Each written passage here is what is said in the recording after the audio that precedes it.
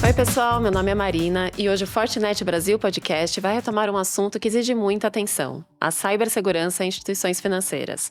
A gente vai trazer hoje as principais tendências do mercado para esse setor, falando bastante sobre uma tecnologia que reúne múltiplas funções de rede de segurança em um único serviço na nuvem, o SASE.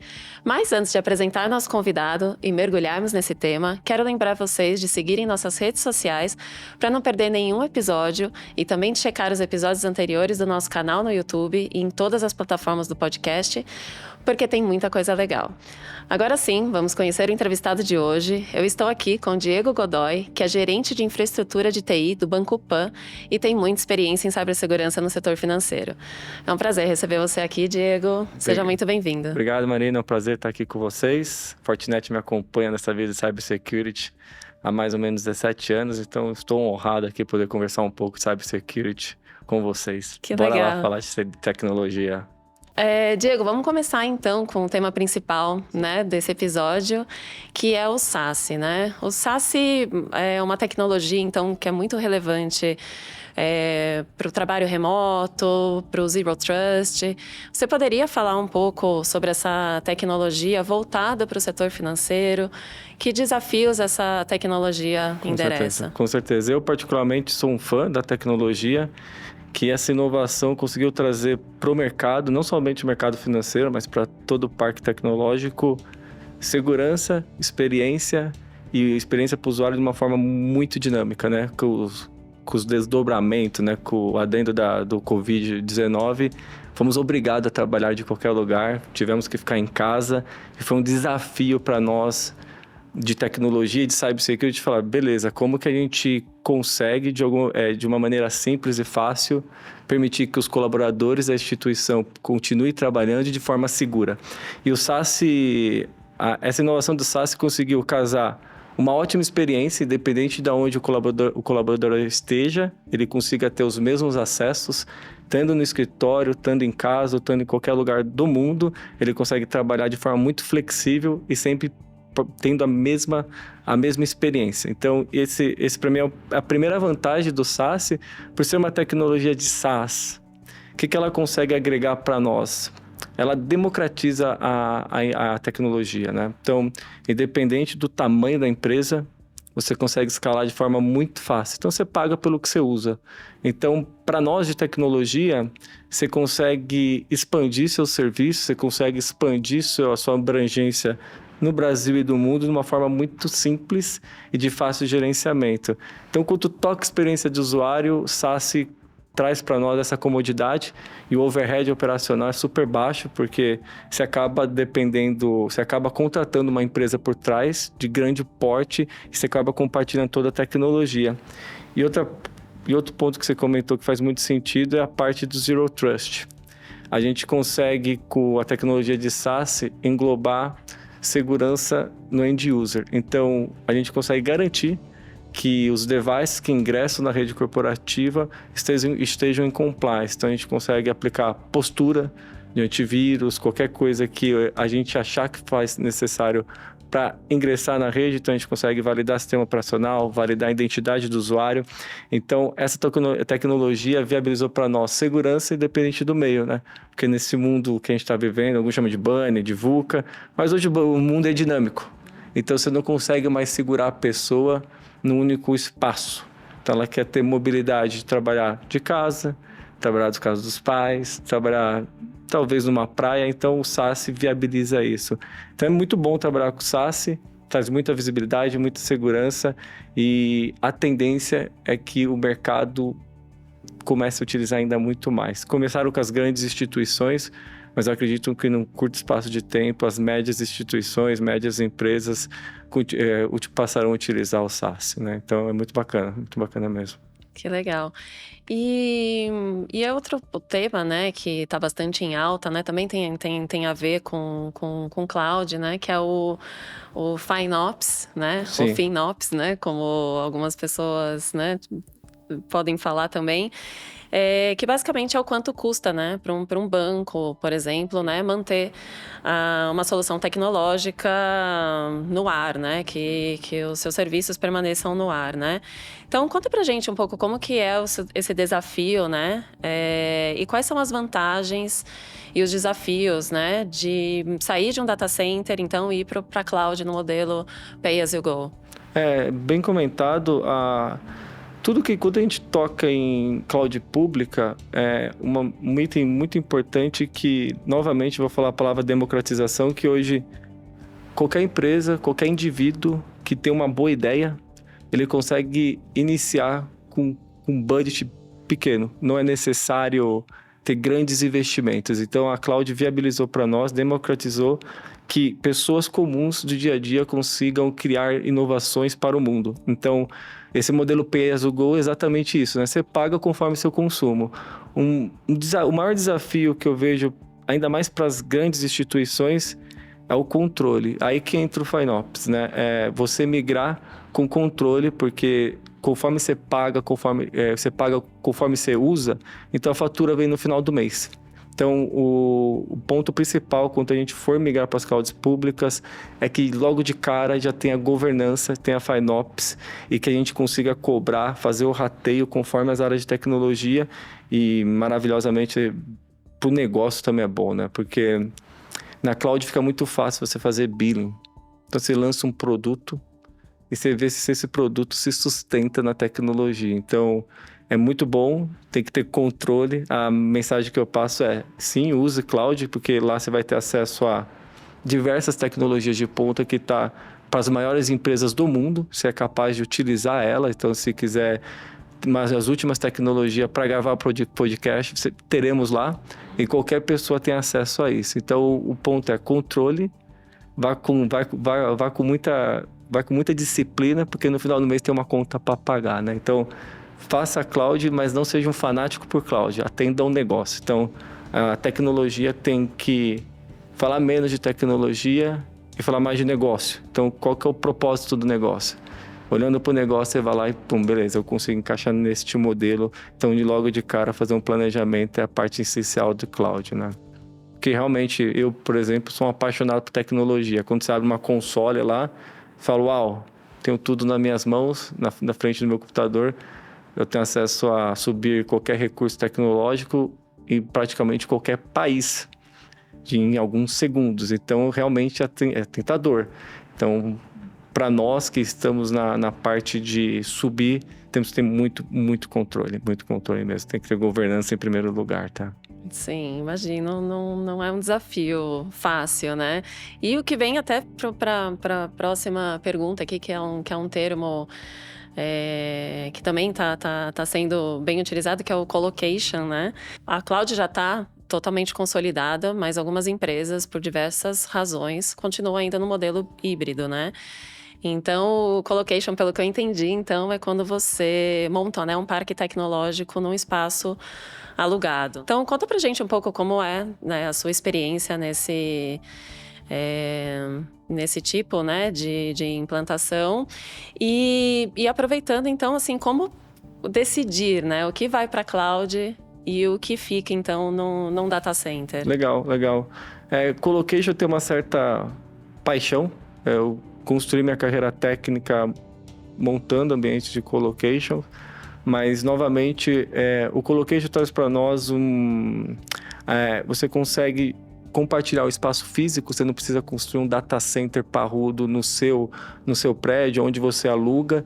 Então, você consegue trazer para dentro da sua instituição. Você consegue montar um parque tecnológico num data center muito interconectado. Então, você consegue escolher colocations, empresa de colocation, onde está seus principais parceiros de tecnologia, seus principais parceiros de negócio com baixa latência. Então, quando eu vejo colocation, o que eu gosto de analisar?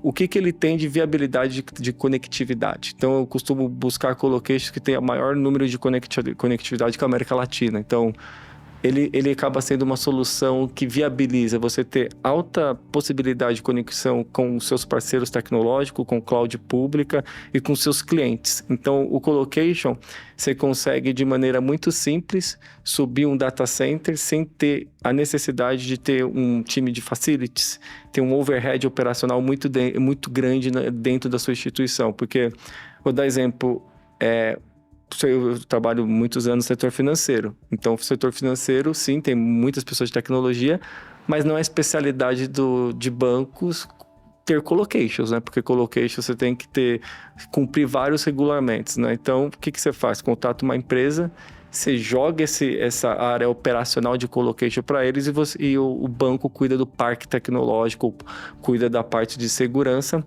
E para escolher entre colocation, cloud pública, tudo depende do negócio. Eu sempre falo que não podemos ser emocionados em escolher tecnologia. A gente tem que ver qual que é a necessidade do negócio e escolher o que faz mais sentido. Eu, quando analiso colocation, eu sempre olho qual que é a probabilidade dessa solução expandir do tempo, né? Porque a cloud traz para nós elasticidade, flexibilidade. Então, você tem um mundo de tecnologia disponível quando você precisar. No colocation, não. O modelo de contratação do colocation, você tem que comprar o hardware. Então, o investimento, você tem um maior controle, né? Então, vamos construir um colocation. O investimento é hardware. Você vai pegar seu hardware, você vai pagar upfront, depois você vai contabilizá-lo, né? Nos últimos 5 anos, você vai começar a depreciar o seu investimento. Então, você tem que colocar aplicações legadas ou aplicações que você tem uma previsibilidade de crescimento. Aplicações que você acaba não tendo muita previsibilidade, faz sentido ir para a cloud pública para você entender. E quando você tiver mais noção do que está acontecendo, você fala, ok, eu consigo entender se essa aplicação faz sentido estar na cloud ou no colocation. No colocation, eu costumo sempre defender aplicações que são feitas em blocos, que eu não consigo utilizar o que a cloud tem de melhor, né? Usar microserviço, um microserviço eu consigo distribuir por diversos componentes. Tem muitas aplicações legadas que você não consegue, você precisa colocar num hardware físico e você acaba não usufruindo do que tem de melhor da cloud. Então, é sempre bom olhar o que você tem de negócio, o que você tem de tecnologia para atender, para tomar decisão, né? Então, no final do dia é isso. Então, eu gosto de fazer um mix, né? Sempre quando a gente for tomar a decisão tecnológica, olha para o negócio e a tecnologia tem que viabilizar que o negócio prospere, né? Tem as duas frentes. Tem que ter as duas frentes, não tem como. Legal. Boa. E, Diego, outro assunto que a gente comentou, né, quando a gente estava conversando aqui, né, do que a gente ia falar nesse episódio, foi o da observabilidade. Sim. E isso tem a ver, então, com o monitoramento, né, de anomalias, né, de ameaças. Conta um pouco, então, da sua experiência com isso. Você pode dar um overview, né, do que esse termo significa, né, e como tratar isso e trabalhar com isso no dia a dia. Nesses poucos minutos, eu acho que a gente falou nos últimos 15 anos de evolução em tecnologia, né? E no final do dia, a gente perdeu o controle da tecnologia. Antigamente, você tinha um espaço físico, você tinha total controle do componente que estava rodando, então era muito fácil, você tinha maior controle. Hoje, quando o mundo está distribuído, então eu tenho aqui no Brasil, por exemplo, o Pix, né? O Pix é uma coisa que a cada segundo tem milhares de transações, né? Passaram tudo, ninguém mais usa cheque, ninguém mais vai fazer DOC, TED, né? Então tem aplicações que elas são distribuídas. E você fala assim, beleza, eu não consigo mais ter um olhar para um único componente e falar assim, pô, tá funcionando.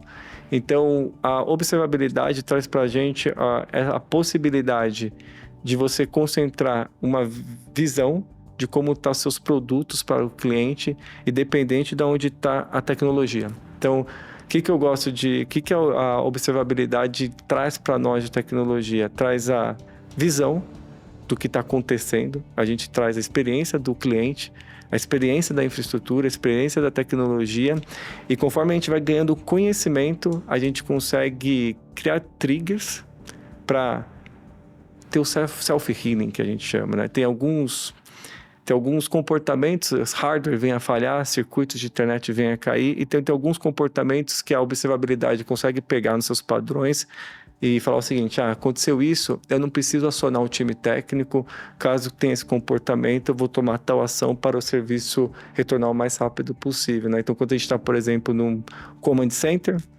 a gente tem que sempre, a gente chama o MTTR, o tempo de resolução dos problemas, né? Então, a observabilidade ajuda muito, é a única maneira de a gente baixar o tempo de indisponibilidade, porque hoje, se a gente for pensar no setor financeiro, nos últimos 10 anos, evoluiu drasticamente, né? A gente pega diversas fintechs, né? Diversos bancos digitais, dificilmente tem uma pessoa que só tem um banco, né? Sim. Então, se você vai fazer uma operação, você fala, esse banco está disponível, vou partir para outro. Claro. E você tem, e fácil acesso, está no app. Pá, você chaveia de app e você faz a sua transação. Então, para a gente ganhar mercado, ganhar confiabilidade também no serviço, né? Você vai pagar uma conta, vai fazer uma coisa, ninguém gosta de passar vergonha, né? Você vai fazer uma transação, peraí que meu cartão não está passando. Exato. Então, a observabilidade traz para nós essa visão para deixar o ambiente o máximo possível disponível para os nossos clientes, né? Então, através da observabilidade, tira a subjetividade de como está a tecnologia. Ela realmente mostra se a gente nós de tecnologia, estamos oferecendo um bom serviço ou não para os nossos clientes. E lógico, se a gente for adentrar ainda mais a observabilidade, a gente pode falar observabilidade e segurança da informação, porque estou sofrendo ataque, estou expondo meus dados, então a gente tem uma visão completa, a gente consegue em cada pedestal falar sobre observabilidade, né? Mas é uma área bem ampla, né? Onde eu trabalho hoje, por exemplo, a gente tem uma área dedicada de observabilidade, que tanto para a área sistêmica, para ter visão de negócio, visão de infraestrutura, um grupo dedicado para prover esse serviço para a instituição. Legal, Diego. A gente dá para ver aqui que você é um apaixonado mesmo, né, por essa área. Sou.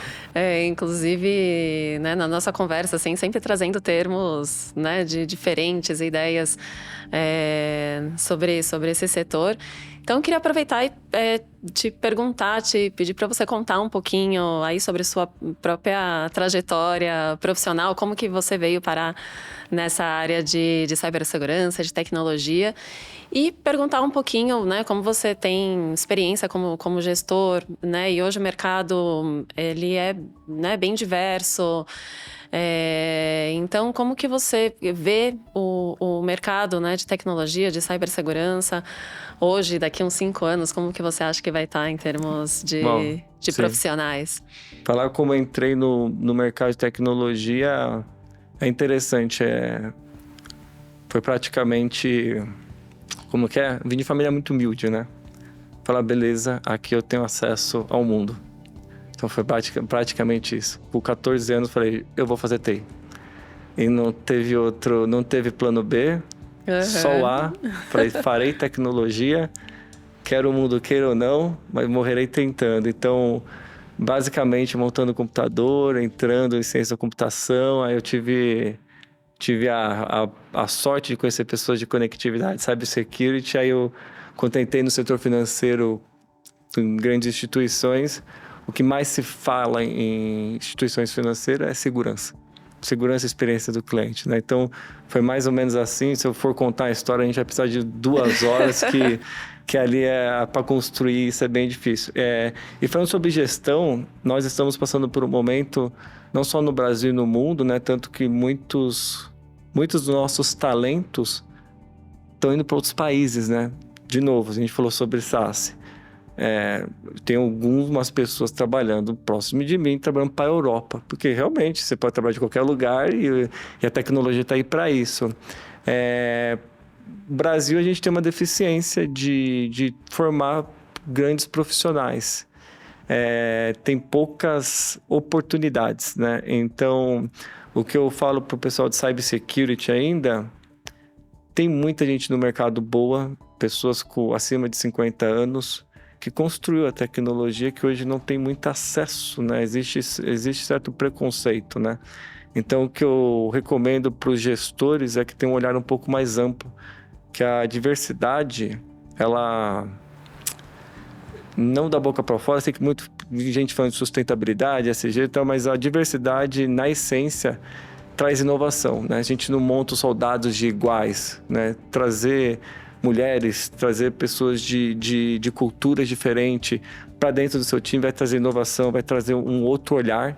Então, o que o pessoal de Cybersecurity que eu recomendaria tem um olhar mais amplo, não tenta achar soldados de pessoas iguais, tenta olhar o mundo. Por exemplo, tem muita gente precisando de emprego acima dos 50 anos, pessoas de tecnologia que viram o boom da internet.